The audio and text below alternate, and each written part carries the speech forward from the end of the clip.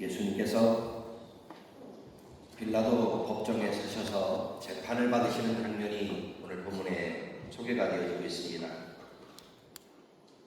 지금 예수님이 재판받으시는 이 과정은 유대교식 재판이 아닌 로마식 재판입니다. 유대교법으로 예수님을 재판하지 않고 로마법으로 재판을 진행하는 데에는 이 유대 종교 지도자들의 아주 고도의 계획된 전략이 이 가운데 숨어 있습니다. 왜냐하면 유대법으로는 예수님을 죽일 수 없어요. 유대법으로는 예수님이 행하신 일들이 그렇게 십자가에, 물론 유대법에는 십자가 처형도 없습니다. 유대법으로 예수님을 처리하면 형량이 가벼워질 수밖에 없어요. 그러면 그들이 의도했던 바로 예수님을 죽일 수 없습니다. 그러니까 결국 그들은 유대법으로는 예수님을 그들의 소기의 목적대로 달성을 할 수가 없기에 로마법으로 재판을 몰아가고 있고, 유대법보다는 로마법의 강도가 더 세기 때문에 그렇습니다. 그리고 유월절이 다가오면 유대교식의 재판은 유월절이 가까이 오거나 그러면 사람을 죽일 수가 없습니다. 그런데 지금 이 유대 종교 지도자들은 이렇게 유대법으로는 예수님을 처단할 수 없고, 그리고 유월절이 다가온 이 절기상으로도 사람을 죽일 수 없기에 그들은 고도의 계획된 전략을 가지고 로마법으로 옮겨가서 예수님을 끝내 십자가의 처형에 이르게 하는 그들의 목적을 달성하고 있는 그런 장면입니다. 이렇게 로마법으로 예수님을 십자가에 처형할 수 있는 근거는 예수님이 자칭 유대인의 왕이다, 유대인의 왕이다, 이 한마디는 유대교법에서 보면 어찌 보면 신성모독으로만 끝날 수 있지만 로마법으로 가져오면 황제 모독이 되는 겁니다. 물론 자칭 유대인의 왕이라고 말하지만 유대인의 왕은 자기가 되고 싶다고 왕이 되는 게 아니라 로마 정부에서 세워줘야 유대인의 왕이 되는 겁니다. 그런데 지금 로마의 황제가 있고 유대인의 왕으로 세운 사람들이 있음에도 불구하고 예수님이 유대인의 왕이다라고 말하고 있는 것은 로마 정부의 근간을 흔드는, 로마 제국주의의 근간을 흔드는, 이건 로마 황제를 모독하는 것일 뿐만 아니라 정치적인 권력 구도에서 로마가 세웠던 왕을 인정하지 않는 불순한 세력으로 간주가 될 수밖에 없기에, 그리고 거기에다가 군중 심리가 더해지면 예수님을 십자가에 처형할 수 있는 좋은 기회라고 판단했던 대제사장들은 그렇게 빌라도의 법정으로 예수님을 끝내 세우고 말지요. 오늘 우리가 읽었던 본문에는 5 부류의 사람들이 등장을 하고 있습니다. 그 5 부류의 사람 등장하는 인물들을 하나씩 좀 살펴보려고 합니다. 가장 먼저 등장하시는 분은 예수님입니다. 예수님이 빌라도의 법정에 서게 됩니다. 빌라도가 예수님께 묻습니다. 내가 유대인의 왕이냐? 예수께서 대답하여 이르시되 내 말이 옳도다.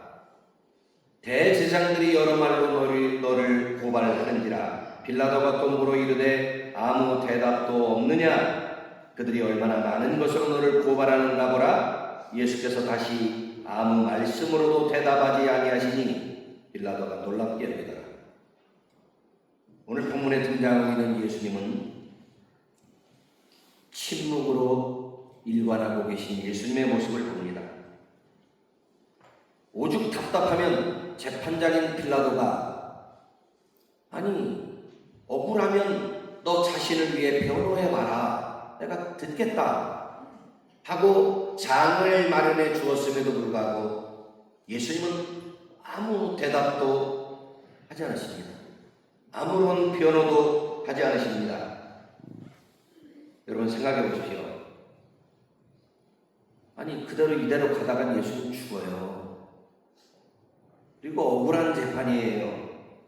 그런 예수님이 왜 최후의 법정인 빌라도의 법정에서 예수님이 왜 하실 말씀이 없었겠어요?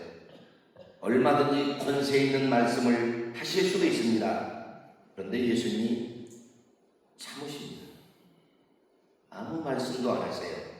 성경 4절 5절을 다시 한번 읽어봅니다. 4절 5절입니다. 시작. 빌라도가 또 물어 이르되 아무 대답도 없느냐? 그들이 얼마나 많은 것으로 너를 고발하는가 보라 하되 예수께서 다시 아무 말씀으로도 대답하지 아니하시니 빌라도가 놀랍게 여기더라. 왜 예수님이 아무 말씀도 안 하셨을까요? 왜 예수님이 침묵을 하고 계실까요? 가장 중요한 이유가 있다면 지금 예수님은 당신을 변호해서 무죄를 죄 없다 함을 선언하는 것이 예수님의 목적이 아니라 지금 이 자리에 서 계신 예수님은 하나님의 뜻을 이루기 위한 과정임을 예수님이 잘 알고 계셨습니다. 당신의 억울함을 푸는 것보다 하나님의 뜻에 순종해야 된다는 것이 더 중요한 일이기 때문에 지금 예수님은 침묵을 하고 계시다는 거예요. 내 뜻을 관철시키기보다 나를 변호해서 무죄 판결을 얻어내는 것보다 더 중요한 것이 있다면 하나님의 뜻을 이루시기 위해 당신의 억울함보다 하나님의 뜻을 이루어 드리기 위해 예수님은 침묵으로 일관하고 계십니다. 때론 교회 안에서 사람과 사람 사이에 혹은 세상에서 여러분이 사람과 사람 사이에 크고 작은 갈등이나 아픔들이 우리 안에 일어날 때가 있습니다. 그때마다 자기를 변호하기 위해 끊임없는 논쟁을 펼칩니다. 그러면 결국 이 사람은 그 사람의 입장에서 자기를 변호하고 상대방은 상대방의 입장에서 자기의 정당성을 주장하게 되어지면 잘못한 사람이 아무도 없습니다. 다 지가 옳고 자기가 옳은 거예요. 문제가 해결되어지지를 않습니다. 우리는 어쩌면 분주한 세상 속에 그리고 말을 많이 해야 되는 세상에 살지만 어쩌면 우리는 예수님의 침묵을 배워야 할지도 모릅니다. 여러분 가끔 음식을 먹어서 소화가 안 돼서 체할 때가 있지요. 체할 때가 있단 말이에요. 그러면 소화제도 먹고 소화가 잘 되는 방법을 여러분이 선택할 수도 있습니다. 아니면 식사량을 줄여서 음식을 소량으로 먹을 때도 있어요. 그러나 체했을 때 가장 좋은 민간요법이 뭡니까? 손가락 집어넣고 이렇게 하는 겁니까? 붓는 겁니다. 붓는 거예요. 체했을 때 배고프다고 허기를 느끼다고 계속 더 먹으면 그 채기가 쉽게 내려가지가 않아요. 채기를 내려가게 하는 최고의 방법은 붓는 거예요. 그렇습니다. 지금 예수님은 이 상황 속에서 당신이 변호를 한들 그래서 무죄가 된다면 당신의 정당성은 인정이 되지만 뜻을 이루기 위한 십자가를 질 수는 없습니다.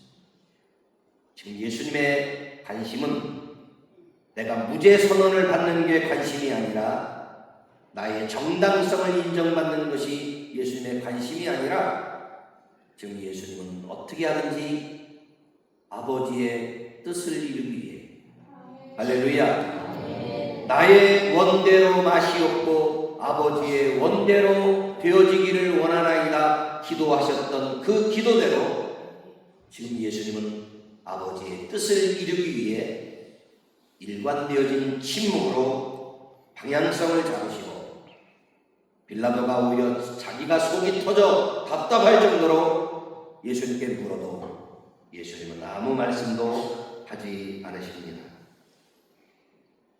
그렇습니다. 때로는 우리의 삶의 모든 영역 속에서 일어나는 크고 작은 갈등들 속에서 어쩌면 우리는 침묵을 배워야 할지도 모릅니다. 부부지간에도 싸움을 할 때가 있지요. 그러면 자기의 의로움과 자기의 정당성을 주장하기에 계속 따따붙다 말을 하고 나면 관계가 더 약해집니다. 관계가 더 깨집니다. 그런데 그 중에 누군가 하나가 침묵하면 대화가 되질 않아요. 그리고 서로가 잠잠해지기 시작하는데 그 다음에 심리적인 안정감이 좀 찾아오고 내 속에 일어났던 분노와 혈기가 조금 사라졌을 때 그때 침착하게 대화를 이어갈 때 문제가 때로는 해결될 수 있는 것처럼 지금 예수님은 많은 말을 하시기보다 끝까지 침묵을 일관하고 계세요. 두 번째 등장하는 인물은 바라바라고 하는 인물입니다. 7절을 읽어봅니다. 7절 시작. 밀란을 꾸미고 그 밀란 중에 살인하고 체포된 자 중에 바라바라는 자가 있는지라. 바라바는 전과자입니다. 이미 과거에 죄를 지은 전력을 가지고 있는 인물입니다. 그는 폭력자입니다. 살인자입니다. 밀란의 주도자입니다. 지금 이 바라바는 침묵하고 계신 예수님과 가장 대조를 이루고 있는 인물이 바라바입니다. 이 바라바는 로마법대로 자기의 죗값으로 죽어 마땅한 자가 바라바입니다. 그런데 오늘 본문에 보면 죽어 마땅한 바라바는 백성들의 군중 심리에 의해 풀려나고 침묵으로 일관하고 계신 죄 없으신 예수님은 십자가 처형을 언도받게 되어지지요. 자, 죽어 마땅한 죄인이었던 바라바, 그가 오늘 성경의 한 부분으로 등장을 하고 있습니다. 물론 바라바가 나를 풀어다오 자기의 정당성을 주장하는 것은 없습니다. 어쩌면 자기는 죽을 것이라고 당연히 십자가 처형을 받을 것이라고 포기하고 있는데 자기보다 더 악하다고 판단되어졌던 예수라는 분이 밀란과 백성들의 소요와 플러스 되어지면서 자기가 죽어야 될 자리에 예수님이 대신 죽음을 맞이하는 또 다른 의인으로 바라보는 예수님을 바라볼 수 없을 만큼 자기가 죽어야 될 자리에 예수님이 대신 죽임을 받는 장면으로 연결이 되지요. 또 하나 부류의 사람들이 등장하는데 대제사장들이 등장을 합니다. 3절을 보면 대제사장들이 여러 가지로 고발을 하는지라. 그리고는 이 빌라도가 판단해 볼 때에 이들이 왜 예수님을 이렇게 십자가에 못 박아 죽이도록 고발을 하고 있는가 나름대로 원인을 판단해 보니 이 대제사장들의 마음속에 뭐가 있는 거예요? 시기가 있었던 거예요. 지금 이 대제사장들은 그런 사람들입니다. 예수님의 인기가 높아지자 자신들의 밥그릇에 위기를 느끼는 거예요. 예수님이 유대 사회 속에서 등장을 하면서 그분의 가르침이, 그분의 말이 대제사장들의 대제사장들의 말보다 더 권위가 있고 그 당시에 종교 지도자들이 가지고 있었던 권위보다 예수님이 더 탁월한 권위를 백성들로 하여금 인정받기를 시작하는데 예수님의 명성이 자기들을 뛰어넘는 거예요. 세상 말로 말하면 예수님의 인기가 치솟는 거예요. 예수님의 몸값이 뛰어오르자 가장 밥그릇의 위기를 느꼈던 인물이 대제사장입니다.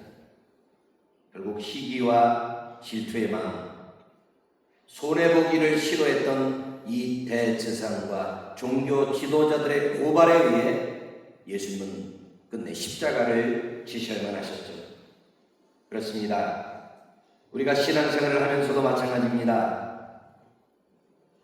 교회 안에, 세상 안에 시기와 질투가 얼마나 많은지,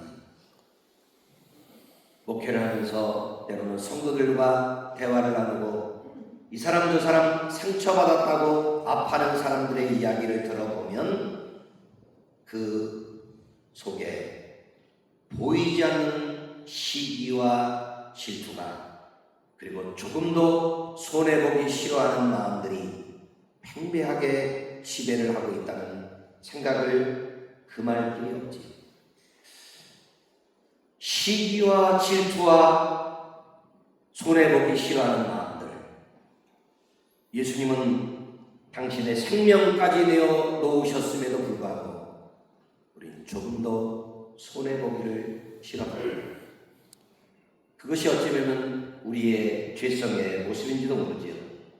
네 번째 등장하는 불의의 사람들이 있는데 무리들이 등장합니다.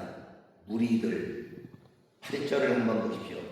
무리가 나아가서 전례대로 하여 주기를 요구한데 15절도 보십시오.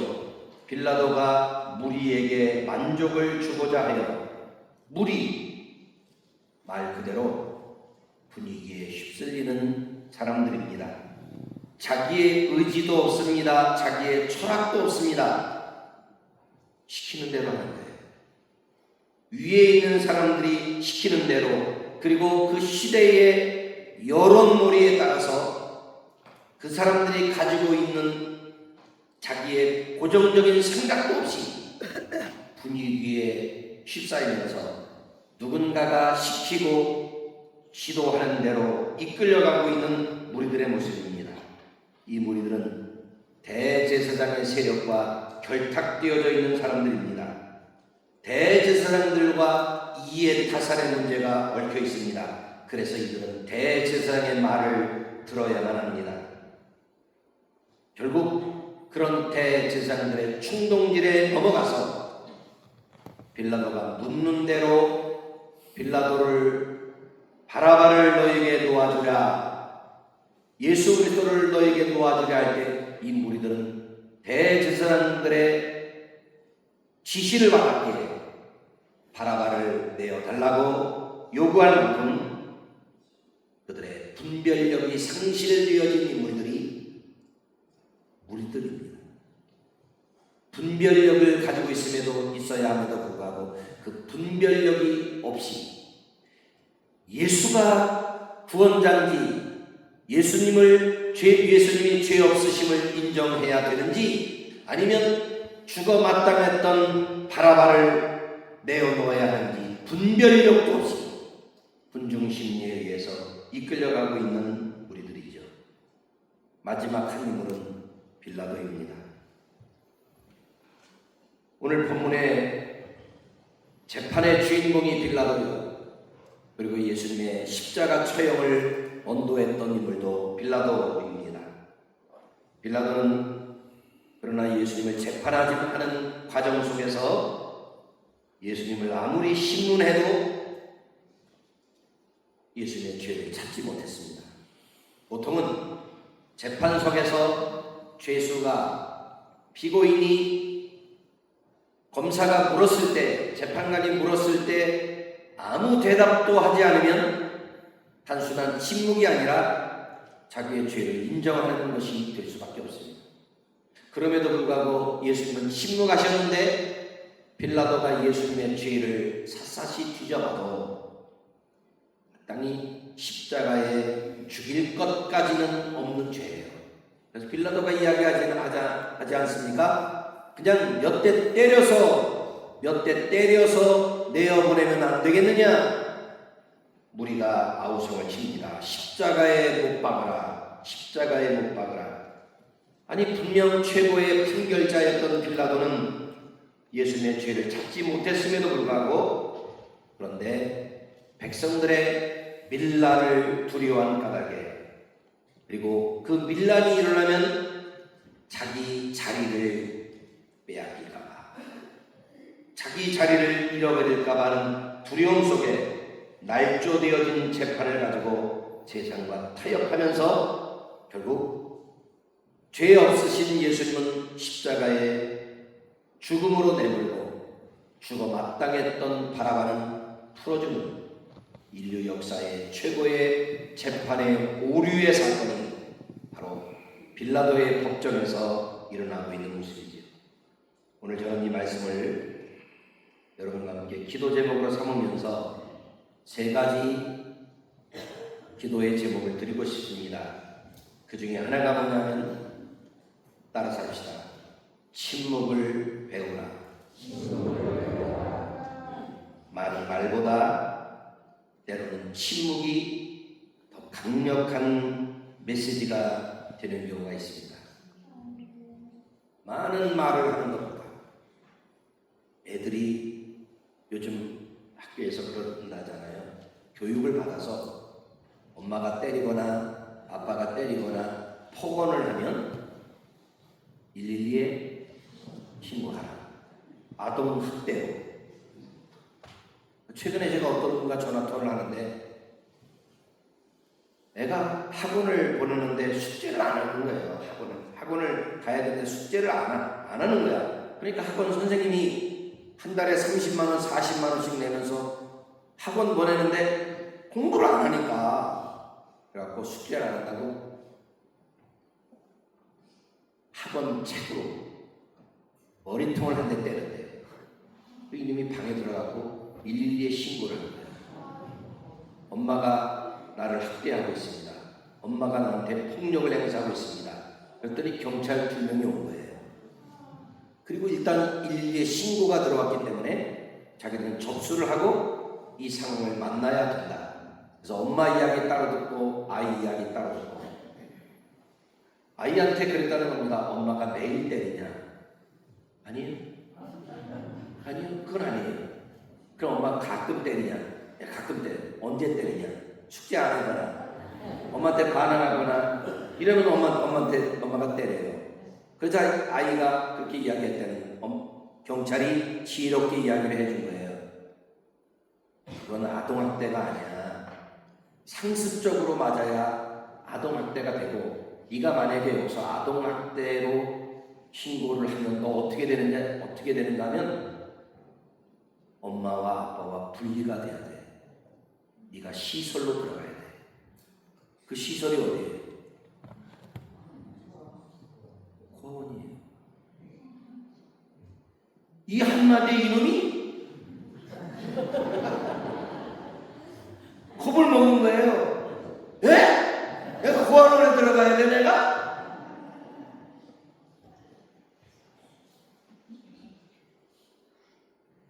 이분이 저한테 전화가 왔길래 제가 그랬어요. 아이들이 얼마나 초등학교 3학년, 4학년, 2학년 이 아이들이 엄마를 우습게 알고 막 얼마나 반항하는지, 그 막 아이가 확 소리 지르면 자기도 따따따따따따 같이 싸운대. 그래서 제가 그랬습니다. 집사님, 싸우지 말고 정색을 하면서 딱 세니까 애가 뭘 말해도 아무 말도 하지 마. 그리고 아이가 해달라는 건 해주는데, 왜 또 밥 굶기면 그것도 아동학대야. 굶기면 아동학대야. 그러니까 굶기지는 말고 살 만큼만 먹여. 그리고 말하지 말고 그냥 침묵을 하세요. 그리고 나서 가서 반응을 나한테 이야기하세요. 그랬더니 나중에 연락이 와서 목사님, 제가 말을 많이 할 때는 계속 싸웠는데 딱 정색을 하고 말을 안 하니까 애가 지가 스스로 겨요. 지가 스스로 잘해요. 그래요. 어쩌면 침묵을 배워야 될 때가 오늘 우리의 삶의 모습인지도 모릅니다. 그런 은혜가 있게 되기를 축복합니다. 시기와 질투와 이기심을 내려놓으십시오. 교회 안에 시기심이 많아요. 질투가 많아요. 손해보려고 하지 않는 마음들이 참 많아요. 이기심이 얼마나 많은지 몰라요. 그러나 여러분, 도토리 키재기지, 도진 개진이지, 뭐 시기하고 질투할 것이 그리 많겠어요. 그냥 교회 나온 지 얼마 안 되는 새가족이 열심히 하거들랑 열심히 하는 새가족은 시기하거나 질투하지 말고 어떻게 여겨주세요? 이쁘게 여겨주세요. 잘한다고, 수고한다고, 어디서 이런 보석이 왔냐고, 어디서 이런 짱돌이 왔냐고 그러지 말고 어디서 이런 보석이 왔냐고 말 한마디 해주세요. 그것이 신앙 공동체의 아름다운 모습이에요. 마지막 한 가지는 따라서 합시다. 사람을 두려워하기보다 하나님을 두려워하라.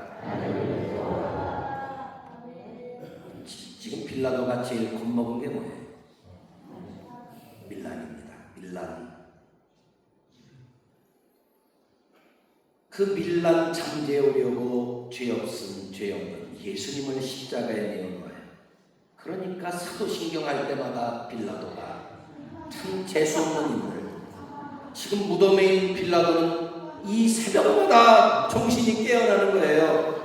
왜 전국 교회가 세계교회가 다 자기 이름을 거론하는지. 빌라도. 결국 사람을 두려워하고 하나님을 두려워하지 않았던 까닭에 빌라도의 인생에 커다란 5.5명을 남기게 되지. 여러분, 사람을 두려워하기보다 하나님을 두려워하십시오. 아멘. 그러면 우리의 신앙의 삶이 조심하게 되고 진실한 삶을 살아가게 될 줄로 믿습니다. 아멘. 그런 은혜가 임하기를 주의 이름으로 축원합니다. 걸어가시